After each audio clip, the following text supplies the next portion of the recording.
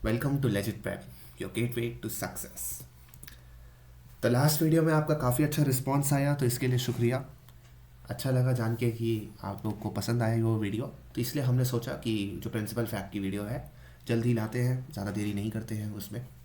ऐसे भी हमारे बहुत सारे पार्ट्स हैं हमें कवर करना, तो इसलिए जितना जल्दी से जल्दी ला सकते हैं उतना सबके लिए ये अच्छा होगा।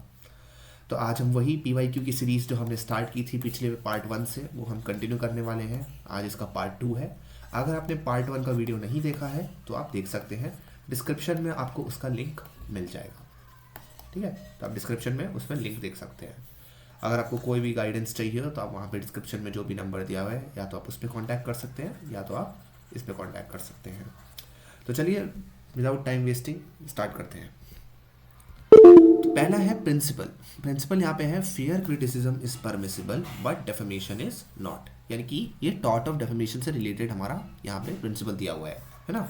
आपको सबसे चीज़ पहली बात यहाँ पे देखनी है प्रिंसिपल में कि कौन कौन टॉपिक्स आ रहे हैं, क्योंकि यही टॉपिक्स आप अगर डिटरमाइन करोगे तो आपको पता चलेगा कि अच्छा अगर इसके ज़्यादा रिपीट हो रहे हैं तो आपको उस पर ज़्यादा ध्यान देना है। आपको ये तो पता ही है कि टॉर्ट क्रिमिनल कॉन्ट्रैक्ट से आ रहे हैं, लेकिन आपको ये भी देखना है कि कौन से टॉपिक्स रिपीट होते हैं। तो अभी हमें पता चल गया ओके कि डेफेमेशन से आया है ये, चलो ठीक है। अब फैक्ट्स पढ़ते हैं। तो इसमें है A tells B mister B that I have great respect for your intellectual capability, but what you are talking now is nonsense, meaningless and absurd। यानी कि यहाँ पे ए जो है ना, एक पर्सन है, ए बी को बोलता है कि भाई मैं तुम्हें ना यार बहुत मतलब तुम्हारे लिए इज्जत है यार अपने दिल में, लेकिन यार अभी तुम जो बात कर रहे हो ना वो एकदम बेकार बात है, उसमें कुछ भी मतलब सर पैर है ही नहीं, लेकिन बिल्कुल फालतू बात कर रहे हो। और पता नहीं तुम ऐसी बातें क्यों कर रहे हो, तुम्हें ऐसी बातें नहीं करनी चाहिए, तुम तो इतने अच्छे इंसान हो यार, इतना विद्वान की बातें करते हो, पढ़ाई लिखाई करते हो, और तब भी ऐसी फालतू बातें कर रहे हो। तो यहाँ पे ए जो है बस बता रहा है, एक ओपिनियन एक्सप्रेस कर रहा है, एक फेयर क्रिटिसिज्म कर रहा है। क्यों? क्योंकि ये क्रिटिसिज्म क्या है, कंस्ट्रक्टिव। मान लो इसे एग्जाम्पल से समझो। चलो आपका एक दोस्त है, दोस्त में आपको पता ही है मजाक ये सब होते रहता है, और ज़्यादातर आपको मतलब कि अगर आप कोई चीज़ अचीव करते हो या आप मान लो अपने फ्रेंड ग्रुप में इंटेलिजेंट हो तो आपको अप्रिशिएट वो करते हैं। अब इसका मतलब ये नहीं कि हर समय अप्रिशिएट करेंगे, है ना। अगर मान लो आप में कोई बुराई आ गई, या आप जो है मतलब कि थोड़े एरोगेंट होने लग गए, या आप थोड़े बहुत मतलब कि रिलैक्स होने लगे कुछ ज़्यादा ही सोच समझ के, अरे यार मैं तो बहुत स्मार्ट हूँ, मेरे को पढ़ने की ज़रूरत थी, तो इन सब सिचुएशंस में वो आपको थोड़ा कंस्ट्रक्टिव फीडबैक देंगे। वो बोलेंगे कि अरे यार देखो तुम इतने अच्छे हो, तुम्हारा इतना अच्छा मतलब माइंड है, ऐसे बर्बाद मत करो यार अपनी लाइफ को, थोड़ा समय का अच्छे से सदुपयोग करो। तो यहाँ पे क्या है, वो फेयर क्रिटिसिज्म है। यहाँ पे वो आपको डिफेम नहीं कर रहे, यहाँ पे आपको ये नहीं बोल रहे कि भाई तुम एकदम बेकार इंसान हो या तुम मतलब कि बेकार हो। यहाँ पे बोल रहे हैं आपकी जो आदत है वो गंदी है। एक डिस्टिंक्शन होता है ना कि इंसान बुरा नहीं है, उसकी आदत बुरी है। तो यहाँ पे वही वाली बात है कि ए जो बी को बोल रहा है वो ये नहीं बोल रहा कि बी तुम बहुत ही बेकार इंसान हो या तुम मैं उसे बदनाम कर रहा है, वो बस बोल रहे हैं कि तुम जो अभी ये बात कह रहे हो ना ये बात सही नहीं है, दैट्स इट। तो वो तो ऑफकोर्स फेयर क्रिटिसिज्म है ना। तो इसीलिए अगर जब फेयर क्रिटिसिज्म है तो और कौन सा ऑप्शन रह जाएगा, ऑप्शन नंबर सी, डायरेक्टली बात कर रहा है इसके बारे में, है ना। The statement is covered under fair criticism. अब परमिशन क्रिटिसिज्म देखो इसलिए नहीं है क्योंकि परमिसिबल परमिसिबल के बारे में बात नहीं हो रही, फेयर क्रिटिसिज्म के बारे में बात हो रही है।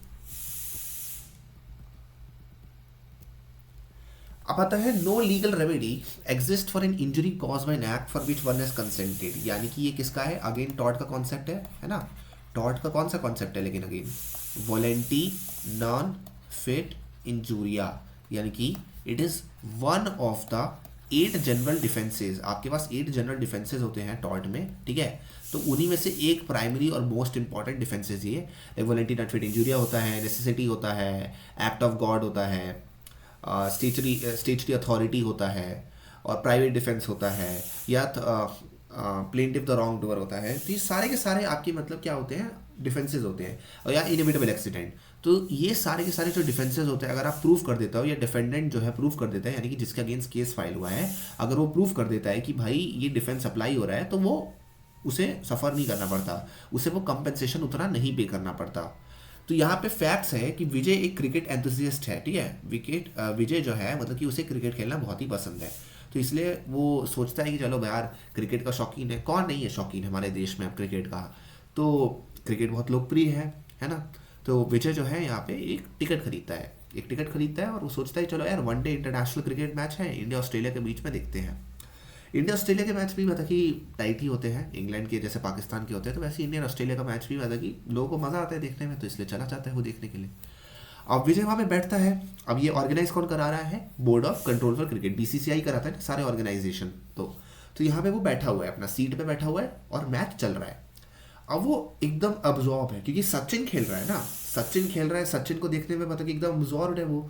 और जैसे ही बॉल मतलब कि सचिन मारता है सिक्सर, तो वो विजय को लग जाता है। विजय को लग जाता है क्योंकि बॉल तो भाई हवा में उड़ रही है, उसको थोड़ी ना पता है कि भाई अच्छा विजय बैठा है यहाँ पे नहीं जाएंगे, वो तो चले जाएगी जहाँ उसे मारेंगे। तो विजय को चली जाती है और विजय को लग जाती है और उसे चोट हो जाती है। तो विजय यहाँ पे स्यू करता है बीसीसीआई को, बोलते हुए कि भाई मेरे को चोट लगी, मेरे को अब मेडिकल का जो भी खर्चा हुआ है मेरे इलाज का, उसके लिए तुम भरपाई करो, रिम्बर्समेंट करो। तो यहाँ पे क्या है, यहाँ पे जैसे ही आप मैच में आए, स्पेशली आप क्रिकेट मैच में आ रहे हो, आपको पता है कि भाई बॉल उड़ेगी, कोई बैटिंग करेगा बॉल उड़ेगी, और जब बॉल उड़ेगी तो ज़रूरी नहीं है वो बाउंड्री तक रुक जाएगी, वो स्टेडियम में भी आ सकती है। ऐसा नहीं है, अगर स्टेडियम में आप नहीं आना चाहते तो घर पे बैठ के टीवी में देख लो, वरना क्या फ़ायदा फिर लाइव एक्सपीरियंस के लिए। तो आपको पता है वो एक्सपीरियंस का पार्ट है। तो वो आया और आपने क्या किया है, आपने ऑलरेडी कंसेंट कर लिया उस काम को, यानी कि आपने अपनी सहमति जो है, मंजूरी जो है उस चीज़ को ऑलरेडी इम्प्लिसिटली दे दी है। तो यहाँ पे आप स्यू नहीं कर सकते क्योंकि ये चोट जो है आपको पता था, आपके नॉलेज में था कि पॉसिबली हो सकता है अगर बॉल आपको लगेगी, जो कि पार्ट ऑफ द गेम है। तो इसीलिए आप जो यहाँ पे क्या कर सकते हो, स्यू नहीं कर सकते हो। तो Vijay would lose as he voluntarily expose, यानी कि विजय सक्सीड नहीं कर पाएगा अपने सूट में, क्योंकि वॉलंटियर अनफिट इंजूरिया का जो कॉन्सेप्ट है हमारा अप्लाई हो जाएगा। तो option number B is the correct answer. फिर हमारा आता है res ipsa loquitur. Res ipsa loquitur means thing speak for itself, है ना, थिंग स्पीक फॉर इटसेल्फ। तो थिंग स्पीक फॉर इटसेल्फ जैसे कि इसमें लिखा ही हुआ है कि कभी कर देखो सिचुएशन क्या होती है ना, दो तरीके की होती है। यानी कि मान लो मैंने आपको दे दिया let's say 2+2 is equal to 4, ठीक है, 2+2 इज इक्वल टू 4। यहाँ पे थिंक स्पीक फॉर इटसेल्फ नहीं है, आपको पता है मैथमेटिक्स के रूल्स, आपको पता है मैथमेटिक्स का फॉर्मूला, इसीलिए आप पता लगा रहे हो अच्छा 2+2 इज इक्वल टू 4, तो हाँ ठीक है। सिमिलरली अगर मान लो आपने अलजेब्रा कभी स्कूल में सॉल्व किया होगा, तो LHS इक्वल टू RHS जो है आपको प्रूव करना पड़ता है, यानी कि वो थिंग स्पीक फॉर इटसेल्फ नहीं है, आपको प्रूव करना पड़ता है, आपको पता लगाना पड़ता है। लेकिन यही पे मैं मान लो आपको जो है एक बिस्कुट दूँ, फिर एक बिस्कुट दूँ, फिर एक बिस्कुट दूँ, फिर एक बिस्कुट दूँ, तो यानी कि आपको थिंग स्पीक फॉर इटसेल्फ पता चल जाएगा कि अगर मैंने 4 बार आपको एक बिस्किट दिया है, यानी कि वो क्या हो जाएंगे, वो 4 बिस्किट हो जाएंगे। यानी कि अगर मैं किसी को भी बताऊंगा कि मैंने 4 बार इसको एक एक बिस्किट दिया है, तो आप सबको पता चल जाएगा कि अच्छा, यानी कि 4 बिस्कुट मैंने दिए होंगे, because thing speak for itself. यहाँ पे बताने की जरूरत नहीं है मेरे को एक्सप्रेसली कि मैंने 4 बिस्कुट दिए हैं।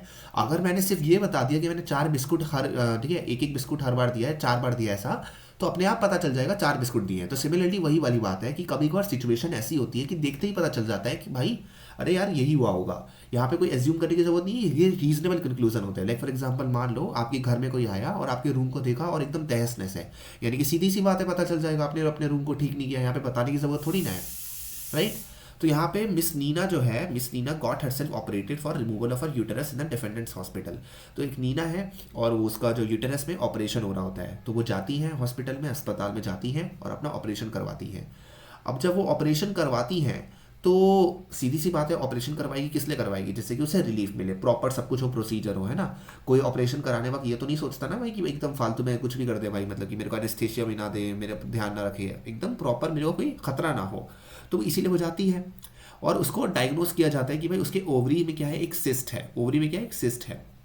तो उसे बहुत ही दर्द हो रहा था अपने, है ना, स्टमक में। तो इसके बाद से स्कैनिंग होती है और पता चलता है कि एक्चुअली में वो एक मेडिकल टूल जो था ऑपरेशन के वक्त, मतलब जो ऑपरेशन के वक्त इस्तेमाल होते हैं ना टूल, तो वो उनमें से एक जो टूल होता है वो छोड़ दिया गया होता है। अब जनरली टूल को निकाल लेते हो, टूल को कोई अंदर नहीं छोड़ता, सीधी सी बात है।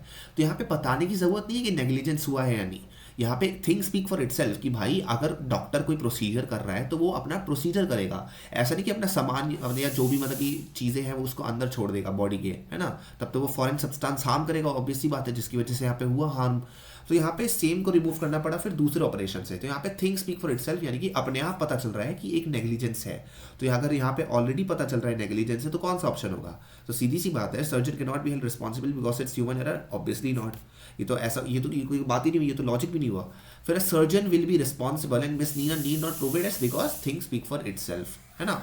और फिर he will responsible have to prove करना है, नहीं करना है, because thing speak for itself. तो ऑप्शन नंबर सी हमारा करेक्ट हो जाएगा। अब आता है driver was a duty of care towards the pedestrian breach of which gives rise to negligence, है ना। यानी कि हर एक ड्राइवर जो होता है रोड पे, मान लो अपनी गाड़ी लेके जब चलते हो, ये सारी गाड़ियां मान लो, ठीक है, ये सारी गाड़ियां हैं, आपकी सड़क है, तो जब भी ये गाड़ियां चल रही है और ये रेड लाइट है लेट से, तो ये गाड़ियां जब चल रही है तो क्या एक्सपेक्टेड होता है कि अगर रेड लाइट होगा स्टॉप करेगी, येलो लाइट होगा रेडी होगी, और जो ग्रीन लाइट होगा तो उस पर निकल लेगी। तो यहाँ पे एक हर जब भी आप गाड़ी को ड्राइव कर रहे हो तो यानी कि आप एक डेंजरस व्हीकल के पोजीशन में हो। अगर आप मोटर व्हीकल्स एक्ट देखोगे तो उसमें लिखा हुआ है ये, ठीक है, कि जब भी अगर नेग्लिजेंस मान लो दोनों साइड से हो, पेडेस्ट्रियन की साइड से भी और गाड़ी चला रहा है उसके साइड से भी, यानी कि अगर आप सड़क पे चल रहे हो खुद ही, है ना, पैदल चल रहे हो, और एक आदमी जो है गाड़ी से चल रहा है, तो वो जो गाड़ी से चल रहा है उसके पास ज़्यादा डेंजरस वेपन है। अगर मैं एकदम भाग भी रहा हूँ रोड पे मान लो, और अगर किसी को हिट भी कर दूँ तो कितनी ही चोट पहुँचा लूंगा उसको, लेकिन अगर कोई गाड़ी चला रहा है, ठीक है, और थोड़ा सा भी तेज चला रहा है, तो अगर वो हिट कर देगा तो कितना डैमेज हो जाएगा, पैर वैर टूट जाएगा आपका, कितना क्या नहीं हो सकता, है ना। तो जो कार होती है वो एक डेंजरस व्हीकल के अंदर होती है, तो इसलिए आपकी ड्यूटी ऑफ केयर जो होती है ऑलरेडी काफ़ी हाई होती है। तो जो भी ड्राइवर होता है कार का रोड पे जब चला रहा होता है ना, सड़क पे जब चला रहा होता है, तो उससे एक्सपेक्टेड होता है कि अगर आप गाड़ी चला रहे हो तो आप ध्यान रखोगे, जो भी आपके सामने है गाड़ी हो उसको ध्यान रखोगे। ऐसा नहीं है भाई हॉर्न बजाते बजाते भाई एकदम गुस्से में किसी और पे चढ़ा दिए, ऐसा नहीं है, है ना। वो मूवीज़ रियल लाइफ में नहीं चलता। तो आपको ध्यान रखना होता है कि भाई कोई चल रहा है तो आराम से मैं गाड़ी चलाऊं, स्पीड लिमिट के अंदर चलाऊं। अब यहाँ पे देखो क्या होता है, केरला स्टेट ट्रांसपोर्ट बस होती है, तो जैसे दिल्ली में डीटीसी बस चलती है तो वैसे ही केरला स्टेट ट्रांसपोर्ट बस होती है, तो वो थिरुवनंतपुरम अपनी जा रही होती है ना। तो थिरुवनंतपुरम जब वो जा रही होती है तो एक पेडिस्ट्रियन जो पैदल चल रहा होता है आदमी, उसको वो हिट कर देती है और जिसकी वजह से उसे इंजरी हो जाती है। तो यहाँ पे ड्राइवर जो है अब मतलब कि अपनी रिस्पॉन्सिबिलिटी निभाने के बजाय, उसे अस्पताल पहुँचाने के बजाय उसे भाग जाता है वो लिटरली, वो मतलब कि उसने हिट किया और वैसे ही भाव भाग गया, उसे पता है कि भाई मार वार पड़ जाएगी, भीड़ भीड़ इकट्ठा हो जाएगी, तो भाग जाता है वो। अब यहाँ पे जो पैसेंजर्स होते हैं कोई थोड़े बहुत मतलब कि उसको जो विक्टिम को है मतलब कि अच्छे दिल के होते हैं तो पहुँचा देते हैं अस्पताल में और वहाँ पे उसकी डेथ हो जाती है। तो यहाँ पे क्वेश्चन उठता है कि क्या ड्राइवर नेग्लिजेंस है या नहीं है। यहाँ पे सीधी सी बात है कि ड्राइवर जो है उसकी एक नेग्लिजेंस तो है ही, क्योंकि ड्राइवर की एक ड्यूटी ऑफ केयर थी पेडेस्ट्रियन की तरफ और उसने वो निभाई नहीं, क्योंकि उसने हिट कर दिया पेडेस्ट्रियन को, सीरियसली इंजर भी कर दिया, है ना। अगर वो स्पीड लिमिट में चला रहा होता तो हमें वो नहीं हिट करता, क्योंकि देखो पेडेस्ट्रियन के साइड से हमारे पास फैक्ट्स में कुछ भी नहीं दिया जो दिखा रहा हो कि पेडेस्ट्रियन गलत साइड पे चल रहा था या पेडेस्ट्रियन खुद से नेग्लिजेंस था। यानी कि हम यही एज्यूम कर सकते हैं कि नेग्लिजेंस जो था किसके साइड से था, केरला स्टेट ट्रांसपोर्ट बस, यानी कि जो भी ड्राइवर था मतलब वो चला रहा था उसकी तरफ से, और ड्राइवर इमीडिएटली फ्लड कर गया, यानी कि उससे फर्दर इस्टेब्लिश हो रहा है कि भाई इसी ने मतलब कि कोई ना कोई गलत काम किया है, नेग्लिजेंस किया है ना। तो इसने केयरलेस था ये। तो यहाँ पे driver committed offence of rash and negligent driving, हाँ अगर आप ये बाकी ऑप्शंस देखोगे तो हमें इसको भी एनालाइज करना पड़ेगा, है ना। तो एक्शन ऑफ ड्राइवर्स अनजस्टिफाइड, अब देखो ये वेग है बहुत, ये वेग है, ये लीगल रीजनिंग नहीं दे रहा, लीगल रीजनिंग जो हमें चाहिए वो ए में मिल रहा है, तो इसलिए ए हमारा करेक्ट आंसर है। और सी क्या है, it was duty of bus conductor to warn the driver. पर भाई कंडक्टर क्यों लायबल हो गया यार, कंडक्टर का काम तो है टिकट लेना, कंडक्टर का काम थोड़ी ना होता है बस को चलाना, तो कंडक्टर क्यों लायबल हो जाएगा, कंडक्टर क्यों लायबल हो जाएगा, ये तो कोई सेंस ही नहीं बनता। और ये तो बताता है it was duty of bus conductor to warn the driver, ये तो लीगल लाइबिलिटी के बारे में बात ही नहीं कर रहा, ये तो बस ऐसे बात कर रहा है कि भाई अच्छा ये होना चाहिए था। तो ऑप्शन ही हमारा यहाँ पे करेक्ट हो जाता है। अब देखो एक और क्वेश्चन आ गया है ना, एक और क्वेश्चन आ गया ना फेयर क्रिटिसिज्म का, अभी डेफेमेशन का हमने पहले ही क्वेश्चन किया था और फिर से आ गया। अब इसमें देखो थोड़ा चेंजेस आएंगे, इसमें थोड़ा चेंजेस है, ये देखो fair criticism is permissible but defamation is not, यहाँ पे आपको एडेड दिया हुआ है, ठीक है। अब प्रेमा टेल्स शिवानी, तो प्रेरणा जो है, प्रेरणा है ना, इसको मोल लो पी, इसको मोल लो एस। तो प्रेरणा शिवानी को बोलती है कि मैडम साहब अगर आप मेरे को अलाउ करेंगी ना तो मैं आपको एकदम मक्कार बुलाना चाहती हूँ, मैं आपको एकदम ढोंगीबाज एकदम लाइक करप्ट इंसान बुलाना चाहती हूँ। तो यहाँ पे क्वेश्चन, अब आपके पास ऑप्शन दिया हुआ है, देखो ये एक ऐसा क्वेश्चन है जिसमें आपको ऑप्शंस देखना ही पड़ेगा, ऑप्शंस के बिना आप जज नहीं कर पाओगे, ठीक है। यहाँ पे सिर्फ आप इप्सो फैक्टो नहीं कर सकते, एक्चुअली होता ही यही है डेफेमेशन में, क्या होता है आपको ना चेक करना पड़ता है कि भाई ऑप्शंस कैसे दिए कभी कभार, क्योंकि बहुत क्लोज अलाइन होते हैं। तो ऑप्शंस आप क्या है, पहली बात तो दिस स्टेटमेंट इज डेफेमेटरी, तो अभी हम इसको चेक में रखेंगे, है ना। अभी हम इसको अपना रखते हैं रेसिड्यू में, बाद में देखेंगे, बाकी तीन ऑप्शंस को भी देखते हैं फिलहाल। नन ऑफ द अबव है, नन ऑफ द अबव है, इसको भी अभी ब्लैंक में रखेंगे। अब दो आपके पास दो ऑप्शन बचे हैं, This statement is not defamatory because she sought permission of the Shivani before calling her a dishonest and corrupt person. The statement is not defamatory because someone else told Prerna that Shivani is dishonest. अब देखो option B इसलिए नहीं हो सकता ऐसे भी क्योंकि सीधी सी बात है हमारे पास कोई इन्फॉर्मेशन नहीं दी कि किसी और ने बोला है प्रेरणा को कि शिवानी ने मतलब कि डिसऑनेस्ट एंड करप्ट है। तो पहली बात तो ये एडिशन कर रहा है इन्फॉर्मेशन का, तो हम वो कर नहीं सकते भाई। जो क्वेश्चन में दिया ही नहीं है उसको आप ऑप्शन में कैसे ले आओगे, तो ऑप्शन भी हो नहीं सकता हमारा। अब बचा हमारे पास option number A, option number C. Option D को हम कंसिडर ही नहीं करेंगे क्योंकि हमें देखना है, हमेशा कोशिश ये करनी है कि अगर आपके पास 3 ऑप्शन दिए और नन ऑफ द अबव है तो उन 3 में से पहले आंसर निकल रहा है नहीं निकल रहा है। जब नहीं निकल रहा है तब जाके हम नन ऑफ द अबव को कंसिडर करते हैं ऐसा लास्ट ऑप्शन। तो यहाँ पे this statement is not defamatory because she sought permission. अब देखो परमिशन लेने का मतलब जरूरी नहीं है कि भाई वो क्राइम नहीं है। फॉर एग्जाम्पल क्राइम में क्या होता है, क्राइम में भी मतलब कि अगर मान लो मैं परमिशन ले लूँ किसी से कि भाई मैं तेरा मर्डर कर सकता हूँ और वो बोलते हैं हाँ हाँ मेरा मर्डर कर दो, मेरे को तो ऐसे भी जिंदगी में अब ज़्यादा मोह रह नहीं गया है, क्या ही बचा है, मायावी संसार से मैं उठना चाहता हूँ, वही अब और उसने बोल दिया कि हाँ कर दो, फिर भी वो नहीं होगा। फिर भी अगर वो मर्डर कर देता है तो वो पनिश किया जाएगा, आपको भी पता है क्यों, क्योंकि वो अलाउड नहीं है हमारे यहाँ, right. Culpable homicide not amounting to murder के अंदर एक्सेप्शन नंबर 5 में वो मतलब कि जो हमारा 101 में डील होता है तो वहाँ पे वो पनिश होगा 101 BNS में। तो सिमिलरली अब ये टॉर्ट है, टॉर्ट में भी मतलब कि फेयर क्रिटिसिज्म जो है डिफेमेशन में अलाउड होता है, लेकिन इसका मतलब ये नहीं कि परमिशन लेने से सिर्फ मतलब कि डेफेमेशन नहीं होता। अगर मान लो आप भरी सभा में, मान लो किसी पार्टी में आप गए, ठीक है, आप किसी पार्टी में जाते हो और किसी पार्टी में काफ़ी लोग मतलब कि टेबल पे बैठे हुए हैं, आप उस टेबल पे जाके मान लो ये पार्टी चल रही है, ये टेबल है, यहाँ पे काफ़ी लोग बैठे हुए हैं। अब इसी टेबल पे आप आके बैठते हो और मतलब कि आप जो है एक दूसरे बंदे को बोलते हो जो ऑलरेडी बैठा हुआ है इस टेबल पे, अरे भाई यार तू मेरे को ना यार बस परमिशन दे दे, मैं तुम्हें ना एकदम बेकार इंसान बुलाना चाहता हूँ, मैं ना एकदम मतलब कि तुम्हें डिसऑनेस्ट करप्ट इंसान बुलाना चाहता हूँ। तो यहाँ पे जो बाकी लोग बैठे वो क्या सोचेंगे, वो तो यही सोचेंगे ना कुछ तो रीज़न होगा तभी तो ये ऐसा बोल रहा है, कुछ ना कुछ तो रीज़न होगा। और पॉइंट ये नहीं है, पॉइंट ये है कि भाई at the end of the day defamation क्या है, डेफेमेशन यही तो है कि भाई आपकी जो रेपुटेशन है, आपकी जो इज्जत है समाज में गिरती है, जिस समाज में आप रहते हो उन लोगों की नज़रों में गिरती है। तो अगर आप किसी पे इंडिकेशन भी डालते हो कि भाई मैं तुम्हें डिसऑनेस्ट एंड करप्ट पर्सन बुलाना चाहता हूं, तो आप क्या कर रहे हो, अपना इरादा एक्सप्रेस कर रहे हो उस समय, और उसकी वजह से बाकी लोग को लग सकता है कि भाई हाँ एक्चुअली में जेन्यूनली ये जो है कुछ ना कुछ इसमें खराबी है, कुछ ना कुछ इसके मतलब चरित्र पे दाग लग सकता है। तो उसके चरित्र पे जो धब्बा लग रहा है वो आप लगा ही रहे हो, जो चरित्र पे आपने जैसे ही धब्बा लगा दिया उसके, तो यानी कि परमिशन लेने से वो चीज़ अब ठीक नहीं हो जाएगी। तो यहाँ पे सिंपल सी बात है भाई, परमिशन से कोई क्योरेटिव इफेक्ट नहीं मिलने वाला, हमें चाहिए फेयर क्रिटिसिज्म। तो ये फेयर क्रिटिसिज्म में नहीं है, क्योंकि इसने यहाँ पे रीजन नहीं बताया ना, यहाँ पे इसने सिंपली बोला है आप मेरे को परमिट करिए, मैं आपको डिसऑनेस्ट एंड करप्ट पर्सन बुलाना चाहता हूँ। तो यानी कि सिर्फ परमिसिबिलिटी, हम यहाँ पे परमिसिबल जो कर रहे हैं वो फेयर क्रिटिसिज्म को कर रहे हैं, परमिसिबल परमिशन को नहीं परमिसिबल कर रहे हैं। तो इसीलिए फेयर क्रिटिसिज्म ये है नहीं अपने आप में, तो ऑब्वियस सी बात है भाई ऑप्शन ए हमारा हो ही नहीं सकता। तो ऑप्शन ए जब नहीं हो सकता तो हमारा फिर क्या बचेगा, सीधी सी बात है, जब ऑप्शन ए नहीं हुआ तो क्या बचेगा, ऑप्शन नंबर डी होगा ना, सॉरी ऑप्शन नंबर सी होगा हमारा, है ना, ऑप्शन नंबर सी होगा। This statement is defamatory, this statement is defamatory. अब हमारा आता है प्रिंसिपल कि necessity knows no law and any person facing the danger में और do all that is necessary to avoid the same till he takes recourse to public authority, है ना। तो यानी कि ये अगेन देखो, अगर आप ज़्यादातर क्वेश्चंस अभी तक देखोगे तो कौन से आ रहे हैं, टॉर्ट के आ रहे हैं। तो इसीलिए टॉर्ट बहुत ही ज़्यादा रेलेवेंट है ना, टॉर्ट बहुत ज़्यादा रेलेवेंट है क्योंकि टॉर्ट के क्वेश्चंस जो है बहुत आते हैं, है ना। तो इसीलिए टॉर्ट एक्चुअली में, और आपका फ़ायदा भी है टॉर्ट में, क्योंकि देखो टॉर्ट इतना बेसिक लॉ है, कोई सेक्शंस नहीं है उसमें, बहुत ही सिंपल है अंडरस्टैंड करना। तो इसलिए जितना प्रैक्टिस करोगे टॉर्ट के कॉन्सेप्ट को उतना अच्छा है, क्योंकि ये गारंटीड मार्क्स है, इसमें ज़्यादा डाउट भी नहीं होगा, इसमें ज़्यादा दिक्कत भी नहीं है। क्रिमिनल लॉ में खुद ही देखो इतना सारा आपको याद करना पड़ेगा इस बार, कॉन्ट्रैक्ट है, कॉन्ट्रैक्ट में कॉम्प्लेक्सिटी बहुत है, लेकिन टॉर्ट बहुत सिंपल है। तो इसलिए आई थिंक जितना टॉर्ट के क्वेश्चन आप ज़्यादा प्रैक्टिस करोगे उतना आपके लिए अच्छा है ना। लेट्स कंटिन्यू, डाइवर्ज हो रहा हूँ मैं। तो necessity knows no law and any person facing danger may do all that is necessary, यानी कि नेसेसिटी यानी कि कोई कानून को नहीं जानता, अगर मजबूरियत पड़ती है तो भाई कानून उठा लेते हैं लोग सर पे अपने, है ना, उसी से एक तरह से मतलब आता है ऑरिजिन। तो इसमें बोल रहे हैं कि भाई अगर आपकी जान को खतरा है ना, तो आप भाई कुछ भी कर सकते हो फिर, यानी कि आप पब्लिक अथॉरिटीज़ का वेट थोड़ी ना करोगे, अरे यार पुलिस वाले को पहले बुलाता हूँ, मेरे को कोई मारने वाला है, भाई अपनी जान बचाओगे ना, कि कॉल करोगे पुलिस को। तो यहाँ पे अक्षय जो है एक लॉ अबाइडिंग सिटीजन है, ठीक है, कानून का हमेशा फॉलो करता है, लॉ अबाइडिंग।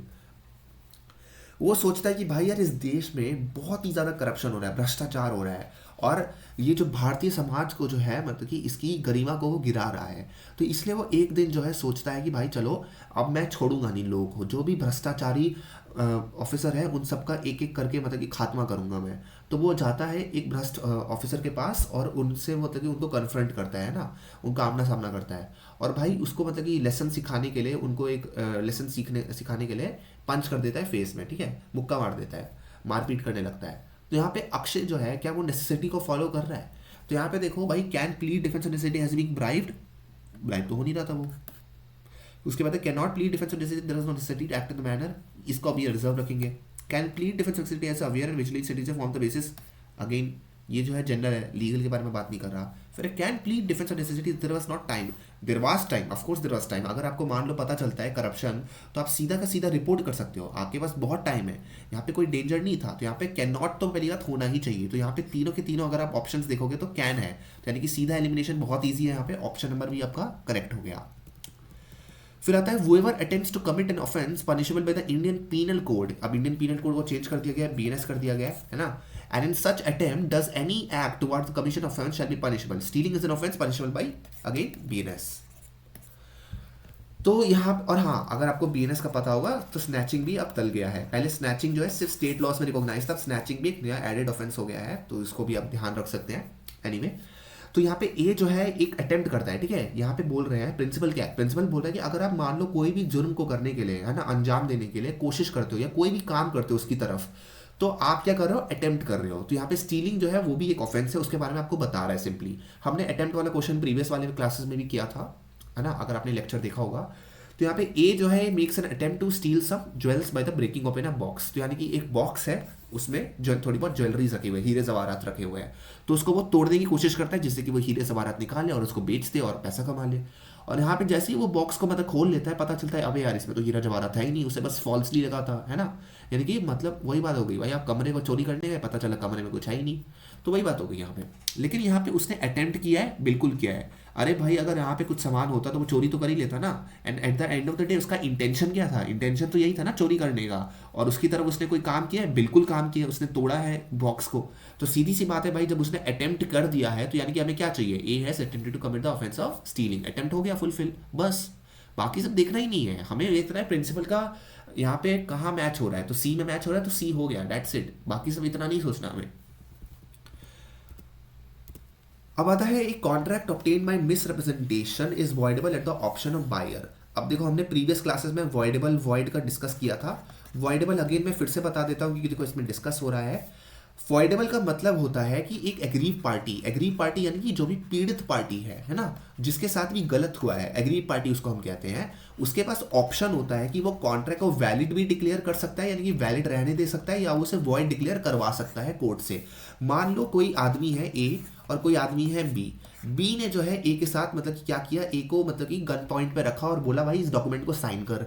अब ए जो है मजबूरन में इस कागजात को साइन कर देता है भाई, क्योंकि उसकी मजबूरन है, कोई मरना तो चाहता नहीं है कुछ लोग को छोड़ के, तो बी जो ए जो है साइन कर देता है। अब यहाँ पे उसने जो कंसेंट दिया है, अपनी जो सहमति दी है, मंजूरी दी है, क्या वो एक्चुअली में सोच समझ के दी है, नहीं दी है, उसने मजबूरी से दी है ना भाई, क्योंकि उसे उसकी जान को खतरा है। तो यहाँ पे वो क्या, एग्री पार्टी कौन है, ऑप्शन ए है। ए यहाँ पे क्या है, पीड़ित पार्टी जिसके साथ गलत हुआ है। तो उसके पास ऑप्शन होगा कि भाई उसको वो वॉइडेबल, मतलब वॉइडेबल कहलाएगा ये, यानी कि उसको वो वैलिड भी डिक्लेयर करवा सकता है इस डॉक्यूमेंट को अगर वो चाहे तो, या वो वॉइड भी डिक्लेयर करवा सकता है इस साइनिंग जो उसने की है कॉन्ट्रैक्ट को। तो इसको हम क्या कहते हैं, ये कोर्जन होता है। तो सिमिलरली फ्रॉड एंड मिसरिप्रेजेंटेशन दो इंटर रिलेटेड कॉन्सेप्ट है, तो इसमें बात हो रही है मिसरिप्रेजेंटेशन के बारे में। और देखो मिसरिप्रेजेंटेशन सिंपली होता है अनइंटेंशनल, ठीक है। मिसरिप्रेजेंटेशन हमेशा अनइंटेंशनल जनरली होता है। तो अनइंटेंशनल यानी कि मतलब ये गुड फेथ में होता है, गुड फेथ में होता है इन द सेंस कि ये क्या बोलते हैं, इनोसेंट होता है। तो ये इनोसेंट होता है। यहाँ पे फ्रॉड मतलब कि डिसेप्शन का, यानी कि धोखा देने का इरादा नहीं होता, ये इनोसेंटली किसी को मतलब कि गलत इन्फॉर्मेशन यहाँ पे आप पहुँचा देते हो। तो यहाँ पे आनंद है, आनंद जो है अपना घर बेचना चाहती थी, तो इसलिए वो अनुभूति को मतलब कि अनुभूति जो है उसे अप्रोच करती है एक ऑफर के साथ कि भाई मैं तुम्हारा घर खरीद दूंगी, और आनंदी जो है उसे अपना घर दिखाती है। घर जो है एक एवरेज कंडीशन में होता है, ठीक है, उसकी ज़्यादा खास कोई कंडीशन नहीं होती, और पता चल जाता है कि भाई इसमें थोड़े बहुत रिपेयर तो करना ही पड़ेगा फिर भी, ठीक है। तो उसके बिना वो मतलब रह ही नहीं सकते, निवास नहीं कर सकते वहाँ पे। तो आनंदी जो है इसके बारे में कुछ बताती नहीं है कि भाई यहाँ पे कुछ रिपेयर्स चाहिए। अब अनुभूति जो है इस घर को खरीद लेती है ह्यूज कंसिडरेशन के लिए, अच्छा खासा पैसा पे करती है और वो खरीद लेती है। अब लेटर ऑन जब वो शिफ्ट होने के लिए जाती है तो पता चलता है अबे यार ये घर तो खरीद लिया मैंने, लेकिन ये घर तो भाई लिवेबल ही नहीं है, इस घर में तो अभी पहले मरम्मत करानी पड़ेगी, और उसके पास उसने पुराना घर जो है उससे छोड़ दिया। तो यहाँ पे अब क्वेश्चन उठता है कि भाई ये कॉन्ट्रैक्ट जो है किसके ऑप्शन पे वॉइडेबल है। तो यहाँ पे लिखा हुआ है सीधा बायर का ऑप्शन पे वॉइडेबल है। बायर कौन है यहाँ पे? बायर हमारा यहाँ पे अनुभूति है ना। अनुभूति को सारी इन्फॉर्मेशन मिली है? नहीं मिली है। चलिए कि अनुभूति के साथ क्या हुआ है, यहाँ पे मिसरिप्रेजेंटेशन हुआ है ना, सारी इन्फॉर्मेशन नहीं मिली है, गलत उसको रिप्रेजेंट किया गया है। तो यहाँ पे हमें ऑप्शन देखना है कि अनुभूति के रिगार्डिंग कौन सा हित में बात कर रहा है। तो पहली बात है, buyer always is option to refuse the performance of is part of contract, this is very blanket statement, ये नहीं हो सकता। फिर Anubhuti will succeed because she would never have purchase the house in case if she was told about the status of the house, तो इसको हम reserve में रखेंगे। फिर Anubhuti will succeed because Anand knowingly sold the house and she should have inform of the condition of the house. फिर Anubhuti will not succeed because she has to be careful about what she is purchasing in all circumstances unless the defects are concealed and can not be seen और has been hidden. अब देखो ये जो option है ना, option number ए, बड़ा ही interesting है कि अगर आपको प्रिंसिपल अगर आप देखोगे तो प्रिंसिपल में आपको बहुत ज़्यादा नहीं दिया है, प्रिंसिपल में आपको बस दिया हुआ है कि अगर मिसरिप्रेजेंटेशन होता है तो उस केसेस में कॉन्ट्रैक्ट जो है वॉइडेबल माना जाता है at the option of buyer. और हमें पता है यहाँ पे बायर कौन है और सेलर कौन है। लेकिन अगर आप यहाँ पे देखो तो घर जो है मतलब कि उसको दिखाया गया है ना, ऐसा थोड़ी ना कि घर को नहीं दिखाया गया है, घर को दिखाया गया था। यानी कि मान लो अगर मैं आपको कपड़ा दिखा रहा हूँ, एक मार्केट में आप आते हो कपड़े खरीदने के लिए और आपको जो शॉपकीपर है वो मार्केट अच्छे तरीके से पूरा दिखाता है, बोलता है कि भाई तुम्हें कपड़े पहनना है पहन लो, जैसे चेक करना है कर लो, और उसके बावजूद जो है तुम उसे खरीद लेते हो और पता चलता है भाई उसमें कोई खराबी है। तो यहाँ पे गलती किसकी है भाई? गलती आप ही की है ना। तो सिमिलरली यहाँ पे घर तो उसे दिखाया गया, हमारा यहाँ पे क्लियरली लिखा हुआ है कि आनंदी ने जो है उसे घर दिखाया था। यहाँ पे ये देखो Anandi shows house, house was in average condition, ये भी पता था और एविडेंट था। एविडेंट का मतलब ये होता है कि भाई दिख रहा है साफ साफ कि रिपेयर चाहिए, ठीक है। आनंदी ने बस इसके बारे में बोला नहीं, लेकिन भाई हमने क्या पढ़ा था अभी रेसिप्सा लोकेटर में, सिंपली मतलब उसका कुछ लेना देना इससे नहीं है, लेकिन मैं बस बता रहा हूँ आपको कि देखते ही पता चल रहा है यहाँ पे। तो यहाँ पे गलती नहीं है कि उसने कोई भी फ्रॉड नहीं किया है। तो सीधी सी बात है भाई, अनुभूति सक्सीड नहीं कर पाएगी क्योंकि भाई उसे पता चल रहा था आराम से। तो बस ऑप्शन नंबर ए हमारा करेक्ट हो गया। अब आपके पास एक पैसेज दिया हुआ है, जामिया ने कभी कभार पैसेज क्वेश्चंस भी पूछे हैं, है ना, वही पीवाईक्यू से ही तो उठाया है ना, खुद से थोड़ी ना बनाया ये। तो इसमें आपको पैसेज से पढ़ के मीनिंग जो दिया हुआ है कम्यूटिंग, इसका कॉन्टेक्स्ट निकालना है ना, इस कॉन्टेक्स्ट में क्या मीनिंग हो रहा है इसका। तो आराम से पढ़ते हैं पैसेज को, उसके बाद अंडरस्टैंड करते हैं। तो avoiding of life imprisonment would be a rule while dearth would be the exception, ठीक है। तो यानी कि अगर आप लाइफ इम्प्रिजनमेंट देते हो तो वो रूल है, और डेथ अगर अवॉइड करते हो तो वो एक्सेप्शन है। क्यों?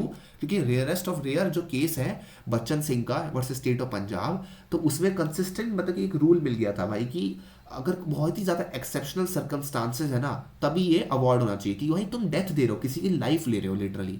तो commuting the death sentence awarded to 4 convicts into life term, the bench said most of the heinous crimes under IPC are punishable by death penalty और life imprisonment। यानी कि बोल रहे हैं कि भाई आईपीसी में जितने भी बहुत सारे घिनौने मतलब क्राइम है ना, घिनौने क्राइम में क्या क्या आ गया आपका, मान लो रेप आ गया है ना, या फिर मर्डर आ गया लेट्स से एंड ऑल, तो ये सारे क्या है भाई, ये सारे आपके पनिशबल होते हैं लाइफ इम्प्रिजनमेंट या डेथ से। तो इसमें बोल रहे हैं कि भाई that by itself does not suggest that in all offences penalty of death alone भी शुड बी अवॉर्डेड। तो वही बोल रहे हैं कि भाई हर टाइप ऑफ मर्डर, हर टाइप ऑफ कल्पेबल होमिसाइड में डेथ थोड़ी ना मिलता है, डिपेंड करता है ना भाई एक स्पेसिफिक टाइम। मान लो बहुत ही ज़्यादा रिपीटेड मर्डर हुए हैं तब जाके कंसिडर कर लेंगे, चलो ठीक है।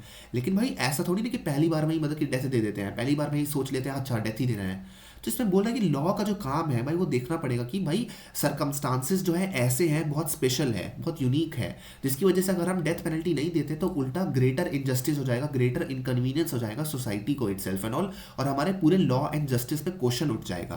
तो हमें कोर्ट को कंसिडर करना पड़ता है कौन से फैक्टर्स को, नेचर ऑफ ऑफेंस को, how and under what circumstances वो हुआ है, extent of brutality and so and all. तो आपसे पूछ रहे हैं कि यहाँ पे कम्यूटिंग जो वर्ड यूज किया गया है ना, कम्यूटिंग यहाँ पे वर्ड यूज किया गया अगर आप देखोगे तो commuting the death sentence awarded to 4 convicts into life term. तो कम्यूटिंग यानी कि डेथ सेंटेंस को उन्होंने कन्वर्ट कर दिया, डेथ सेंटेंस को उन्होंने क्या कन्वर्ट कर दिया लाइफ इंप्रिजनमेंट में। तो आपको सीधी सी बात है यहाँ पे अगर देखना है कि भाई अगर हम कम्यूटिंग कर रहे हैं तो कम्यूटिंग का फिर यहाँ पे पॉसिबली क्या हो सकता है ऑप्शन। तो कम्यूटिंग का यहाँ पे एक ही चीज़ हो सकती है, क्योंकि देखो कम्यूटिंग में हमारा जो डेथ है वो एलआई में कन्वर्ट हो गया है ना, डेथ जो है एलआई में कन्वर्ट हो गया। यानी कि कम्युनिकेट हो सकता है, नहीं हो सकता, इन्फॉर्म हो सकता है, नहीं हो सकता, कन्वर्ट हो रहा है भाई वहाँ पे, वो मेक हो सकता है, नहीं हो सकता, चार्ज हो सकता है। क्यों हो सकता है? क्योंकि भाई तुम किसी को चार्ज जब करते हो कि भाई इसको इस के अंदर चार्ज किया गया है या इसको इतना सेंटेंसिंग किया गया है, तो भाई वो उससे सबसे क्लोजेस्ट बैठता है लीगल टर्म्स में, तो इसलिए हमारा चार्ज यहाँ पे करेक्ट आंसर हो जाता है। अब है आपका last, a person who is under a legal obligation to save the life of a human being will be liable for illegal omission. अब देखो यहाँ पे दो कॉन्सेप्ट है एक्ट एंड ओमिशन के रिगार्डिंग, ठीक है। Morality and law are two different things. हमेशा याद रखना, मोरालिटी एंड लॉ जो है हमेशा वो आपस का उसका तालमेल नहीं है इतना, उसको हम बस कंसिडरेशन में लेते हैं, पर morality does not dictate law. Law क्या है? एक फ्रोजन मोरालिटी है जो कि सोशली एग्रीड होती है या फिर लेजिस्लेचर डिसाइड करता है अपने आप में। तो यहाँ पे मोरालिटी और लॉ जो है, मतलब कि देखो अगर आप मान लो किसी को किसी की मदद नहीं कर रहे हो, तो आपको लॉ पनिश नहीं करेगा सिर्फ मदद नहीं करने के लिए, है ना। आपको करना चाहिए, आपको पुण्य मिलेगा, जैसे मतलब एटलीस्ट रिलीजन कहता है। बट अगर आप नहीं करते हो तो लॉ आपको पनिश थोड़ी ना करेगा उस चीज़ के लिए। यानी कि law does not punish you for mayor neglect of doing good things that you possibly can do, mere neglect of doing virtuous things that you can do and indulge in, but you did not. सो यहाँ पे वही वाली बात हो रही है कि भाई एक्ट एंड ओमिशन। ओमिशन क्या होता है? जब आप अपनी लॉफुल ड्यूटी को नहीं निभाते हो जो आपको निभाना चाहिए था। लाइक मान लो एक पुलिस ऑफिसर है, एक पुलिस ऑफिसर को बोला हुआ है कि भाई तुम जाओगे और तुम इंस्पेक्शन करके आओगे, और फिर भी इंस्पेक्शन वो नहीं करके आता है।